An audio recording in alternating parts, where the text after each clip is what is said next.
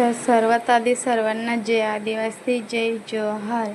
तर आज मी मस्त दुपारी 2 वाजता नटापट्टा करून निघाले मैत्रिणीच्या घराकडं. आणि हे बघा, आंबिवली स्टेशनचं पावसानं नुसतं चिखल चिखल झाले सगळीकडे, आहे का नाही. आता थोडं बरं वाटते ट्रेनमध्ये बसले तर.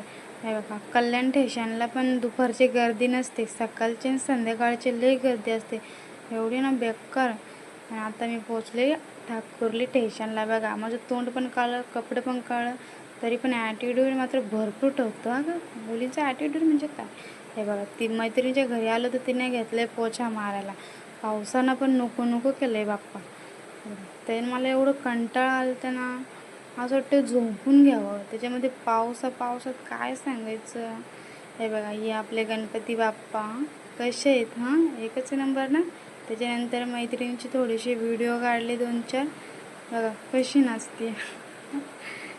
नंतर आम्ही गेलो गणपती विसर्जन करायला आणि तिकडं आरती चालू होती. तोपर्यंत मी खायला घेतलं. तर जे आलं ते घे का करायचं. पहिले आपले फोटो करायचं, नंतरचं काम नंतर. आपल्या गावाकडं कसं रवं असतं, तुमच्या गावाकडं काय असतं. आमच्याकडं तर रवं करायचे गणपतीला. गावाकडची मजा ती मुंबईला काहीच नाही. हे बघा, ज्याचे त्याचे गणपतीची आरती जे ते करताय, ज्याची आरती झाली ती नेऊन विसर्जन करताय, बाकीच्यांची आरती चालू आहे. आपल्या गावाकडे कसे सगळे एक ठिकाणी गणपती ठेवतो, आरती करतो, नंतर सगळ्यांचा प्रसाद एकदाच सगळ्यांना देतो. इकडं तसं काही नाही आहे. शहराच्या ठिकाणी काहीच मजा नाही, जे आपल्या गावात ठिकाणी. हे बघा, सगळं मोकळं. आणि मला इथंच 8:30 झाले. आता मला हळूहळू निघायला लागेल घराकडं. आता आई माझे तुकडे करून टाकेल.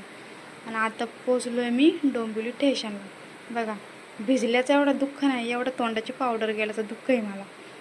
या स्टेशनला एवढी गर्दी आहे ना, पाऊस, मुलं, ट्रेन पण लेट झाले, गर्दी पण